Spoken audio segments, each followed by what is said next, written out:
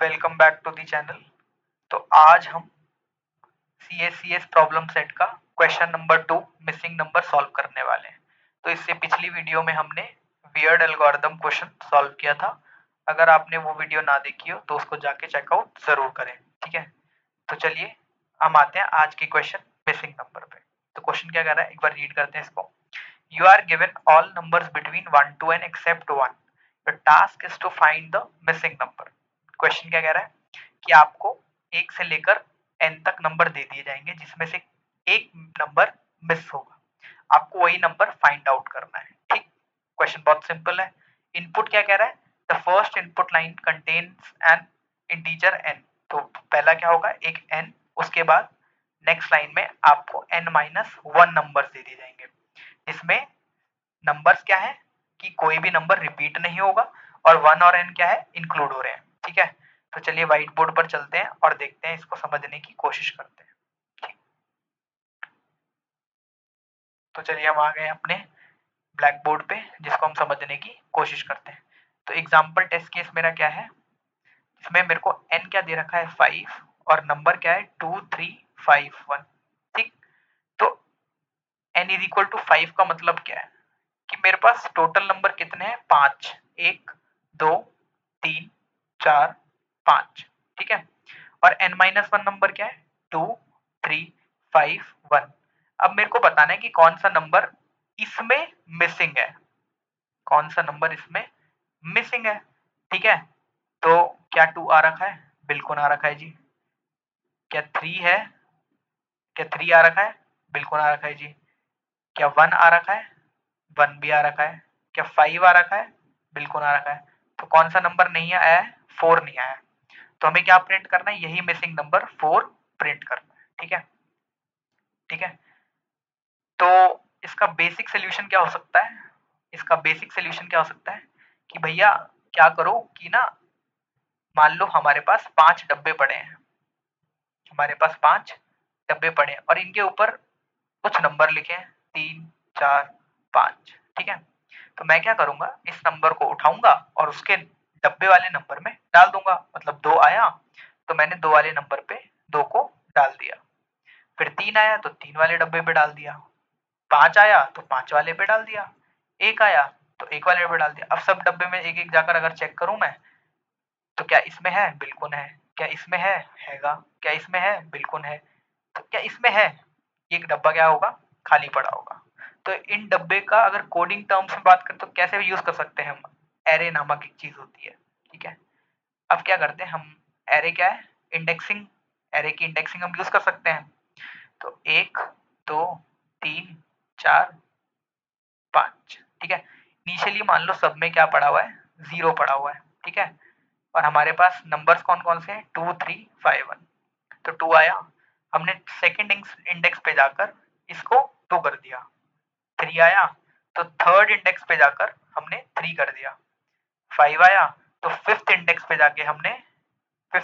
जाकर हमने क्या करा, 5 कर दिया। 1 आया तो 1 इंडेक्स पे जाकर हमने 1 कर दिया। अब एक एक जाकर ट्रैवर्स कर लिया और देखा कहाँ पर 0 पड़ा हुआ है। इसका मतलब उस पर मैं एक बार भी विजिट कर कर नहीं आया हूँ, उस पर मैं एक बार भी विजिट कर कर नहीं आया हूँ। तो वही मेरा क्या है, मिसिंग नंबर है, ठीक है। चलिए इसको कोड की टर्म्स में देखते हैं, ठीक है। तो मैंने क्या किया, पहले एक इनपुट लिया, इंट n डिफाइन किया, फिर एक इनपुट लिया, ठीक है। फिर एक वेक्टर डिफाइन किया, इंट, जिसका नाम मैंने क्या रखा, vt रखा, ठीक है। जिसका नाम मैंने vt रखा। इसका साइज भी रख देते हैं n, क्योंकि हमें पता है कि साइज फिक्स होने वाला है। अब मैं क्या कर रहा हूँ कि वो n-1 जो नंबर्स दिए थे उनका इनपुट ले रहा हूँ, ठीक है। फॉर 0 से लेकर n-1 तक एक लूप चलाया, ठीक है। अब ध्यान से देखना मैं क्या करने वाला हूँ। मैंने एक वैल बनाया, वैल को लिया इनपुट, ठीक है। वैल को लिया एक इनपुट। अब मैं देखना क्या करने वाला हूँ, vt of val equals to में वैल, ये क्या कर दिया, देखते हैं, ठीक है। मेरे पास कितने थे, 1 2 3 4 5, ठीक है। और नंबर कौन कौन से थे, 2 3 5 1। ठीक है, मैं क्या कह रहा हूँ, VT में 2 के आगे 2 को डाल दो। इसका मतलब भाई यही तो कहती है, ये 2 आया, मैंने क्या लिखा है, VT ऑफ 2 के आगे 2 को डाल दो, यहाँ पे 2 डाल दिया। VT ऑफ 3 के आगे 3 को डाल दो, VT ऑफ 3 क्या है, ये रहा, तो यहाँ पर 3 डाल दिया। VT ऑफ 5 के आगे 5 को डाल दो, ये डाल दिया, सॉरी ये डाल दिया। ठीक है, VT ऑफ 1 के आगे 1 को डाल दिया, सिर्फ यहाँ ही 0 पड़ा होगा। अब मैं क्या करूंगा, एक लूप चलाकर चेक कर लूंगा, for int i equal to 1 से i इक्वल टू n तक i प्लस प्लस, अगर कभी VT of i equal to मुझे 0 मिल जाए तो क्या करो, सी आउट कर दो i को, सी आउट कर दो i को। ठीक है, तो ये मेरा एक सोल्यूशन हो गया।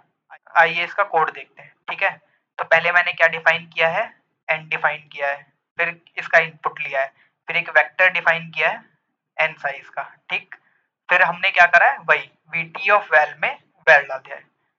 ये बुल की जगह आप इंट भी कर सकते हैं। ठीक है, लॉन्ग लॉन्ग आंसर, एक -1 बना, एक फ्लैग बना लिया है। ठीक, फिर 1 से लेकर n तक लूप ट्रैवर्स किया है, अगर VT of i equal to 0 है और फ्लैग अभी तक फॉल्स है तो आंसर में i को डाला और फ्लैग को ट्रू कर दिया। ठीक, यहाँ पे एंड में आ गए क्योंकि n के लिए अलग से देखना पड़ेगा, if flag equals to true तो आंसर प्रिंट कर दिया, वरना n प्रिंट कर दिया। ठीक, ये तो एक तरीका हो गया। एक दूसरा भी तरीका है, अब दूसरा तरीका क्या है उसको देखते हैं। ठीक है, तो चलिए अब हम देखते हैं दूसरे तरीके को। दूसरा तरीका क्या है, ये है ऑप्टिमाइज तरीका। कैसे, हमें n इक्वल्स टू में 5 दे रखा है। ठीक है, n इक्वल्स टू में 5 दे रखा है और n माइनस 1 नंबर कौन से, 2 3 5 1। ठीक है, तो अगर एक बात बताओ, अगर मुझे इस 5, मतलब 1 से लेके 5 नंबर है ना टोटल, अगर मुझे इसका किसी तरीके से सम पता लग जाए, ठीक है, और ये जो n माइनस 1 नंबर है इसका भी मुझे सम पता लग जाए, ठीक है, तो अगर मैं इस सम में से, इस सम, इसको मैं सम 1 बोल देता हूँ, अगर इस सम में से अगर मैं सम 1 को माइनस कर दूं तो क्या वो मेरा मिसिंग नंबर के इक्वल नहीं होगा, क्या वो मेरा मिसिंग नंबर के इक्वल नहीं होना चाहिए, मेरे हिसाब से होना चाहिए। चलिए एक बार देखते हैं।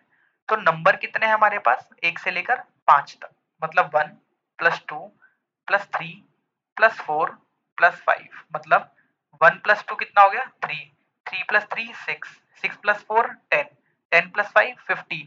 तो इसका सम कितना आता है मेरे पास, 15। और इसका सम भी देख लेते हैं, 2 प्लस 3 5, 5 प्लस 5 10, 10 माइनस 1 11।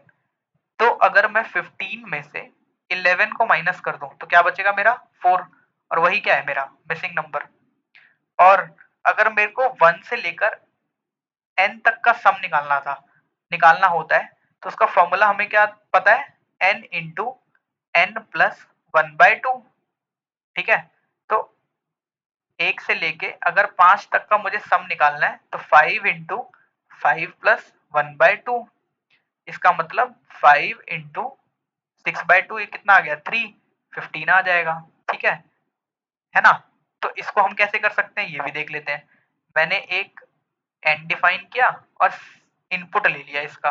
ठीक है, मैंने क्या करा, एक इंट सम 1 बनाया, मैंने क्या करा, एक सम 1 बनाया, वो किसके इक्वल होगा मेरा, n इंटू n प्लस 1/2 के। सही है। ठीक है, एक मैंने सम 2 वेरिएबल बना लिया, एक मैंने सम 2 वेरिएबल बना लिया। ठीक, अब क्या करा, मैंने उन n माइनस 1 नंबर का डायरेक्टली इनपुट लिया, एक फॉर लूप चलाया जो कि i से लेकर n माइनस 1 तक चलेगा। ठीक, मैंने क्या करा, एक वैल डिफाइन किया, वैल का लिया इनपुट। ठीक है, वैल का लिया इनपुट और डायरेक्टली सम 2 में वैल को ऐड कर दिया। अब यहाँ पर जाकर मैंने सम 1 में से सम 2 को माइनस कर दिया और यही मैंने प्रिंट करवा दिया। ठीक है, तो ये क्या है, मोस्ट एफिशिएंट तरीका है। ये क्या है, एफिशिएंट तरीका है। क्यों एफिशिएंट तरीका है भैया, इसमें हमने कोई भी वेक्टर का यूज नहीं किया है, इसमें हमने कोई भी वेक्टर का यूज नहीं किया है। आइए इसका कोड देखते हैं एक बार। तो ये रहा इसका कोड। इसमें हमने क्या किया है, वैसे ही एक n डिफाइन किया, इसका एक इनपुट लिया, एक सम 1 बनाया n इंटू एन प्लस 1/2। ये क्या करेगा, मुझे n नंबर्स का सम दे देगा। फिर एक मैंने सम बनाया, ये सम क्या करेगा, ये 1 से लेकर n-1 तक का सम करेगा। ठीक है, फिर सी आउट करा दिया सम 1 माइनस सम। ठीक, तो मैं ये उम्मीद करता हूँ कि ये दोनों सोल्यूशन आपको समझ आए होंगे। ठीक है, अगर वीडियो पसंद आई हो अगर वीडियो पसंद आई हो तो वीडियो को लाइक और चैनल को सब्सक्राइब जरूर करें। धन्यवाद।